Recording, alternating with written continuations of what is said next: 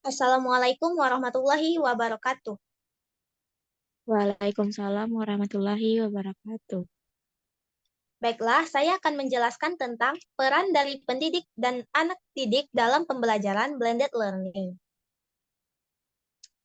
Sebelumnya, perkenalkan, nama saya Ranika Aprilita dengan NIM 22035033.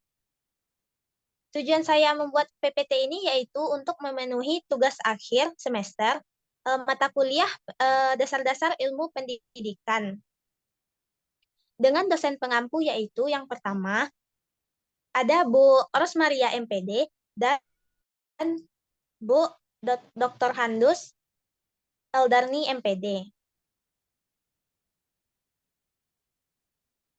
Baiklah, sebelum kita memasuki materinya, kita harus mengetahui lebih dulu apa itu blended learning.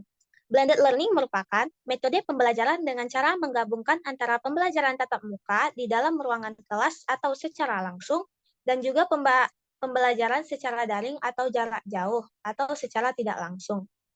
Pembelajaran ini ada yang bersifat formal dan ada juga yang bersifat informal. Adapun karakteristik dari blended learning ini, yang pertama dengan cara menggabungkan beragam cara penyampaian.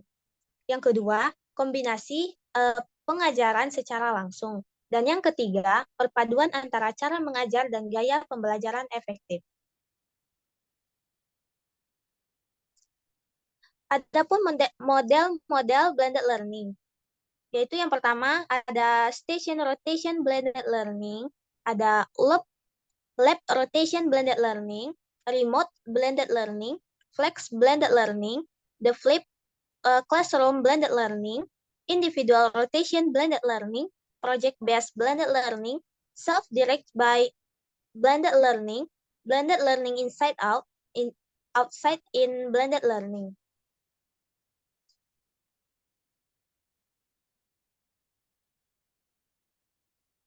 Adapun kelebihan dan kekurangan dari metode pembelajaran blended learning.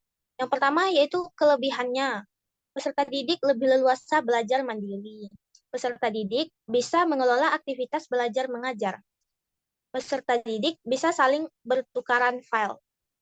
Lalu, jangkauan belajar diperluas. Peserta didik mudah mengakses materi kapan saja dan di mana saja.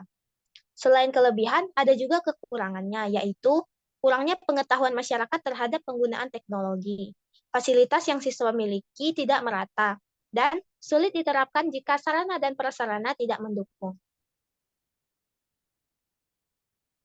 Adapun peran pendidik dan orang tua dalam pembelajaran blended learning ini. Yang pertama pendidik, yaitu sebagai motivator, fasilitator, guru, dan pengaruh bagi peserta didik. Yang kedua yaitu orang tua, sebagai orang yang mengawasi, mendidik, dan membimbing peserta didik dalam pelaksanaan pembelajaran blended learning. Adapun penerapannya yaitu peserta didik belajar menggunakan dua pendekatan sekaligus. Artinya, siswa menggunakan dua metode sistem belajar. Yang satu secara daring dan yang satu lagi secara tatap muka di sekolah. Baiklah, sekian materi dari saya. Salah dan kurangnya saya mohon maaf. Saya akhiri dengan Assalamualaikum warahmatullahi wabarakatuh.